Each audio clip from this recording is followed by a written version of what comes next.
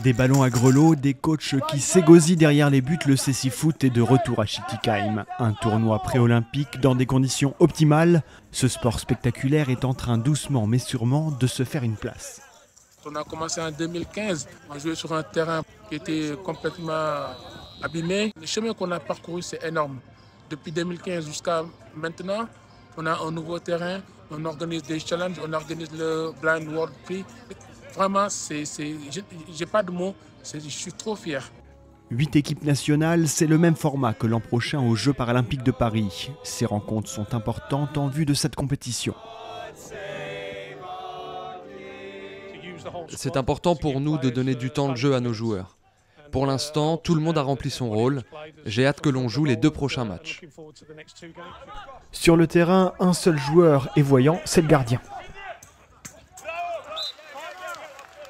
Imaginez qu'ils sont tous dans le noir complet, puisqu'ils ont même des masques pour ceux qui sont très malvoyants. Le sens du toucher et le sens de l'ouïe, c'est les 2 sens qui sont le plus fortement utilisés dans la pratique.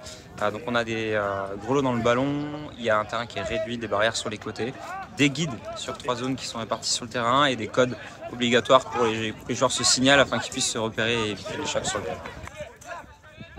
Niveau émotion, le public est servi. Italie-France, dernière minute de jeu, coup franc pour les Français en rouge. Il va taper sur le poteau gauche. Désormais, il va se placer dans l'axe.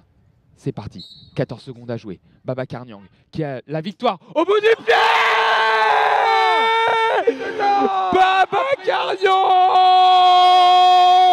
qui inscrit le 3e but pour l'équipe de France. Quel match! Quel match ici à Schiltigheim.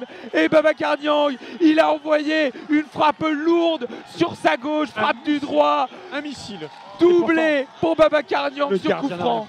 Quel but! Schillig est déjà réputé depuis de nombreuses années pour sa politique d'inclusion des personnes en situation de handicap. La ville est en train de devenir la Mecque du Cécifoot. L'an prochain, à 3 mois des Jeux, un autre tournoi de préparation olympique y sera organisé. Les matchs se poursuivent jeudi, vendredi et samedi. N'hésitez pas une seconde, il ne faut pas rater ça. Et en plus, l'entrée est gratuite. Du Cécifoot, une merguez, une bière, voyant ou malvoyant, la magie du sport fait le reste. Et quel match! Victoire 3-2 dans les dernières secondes.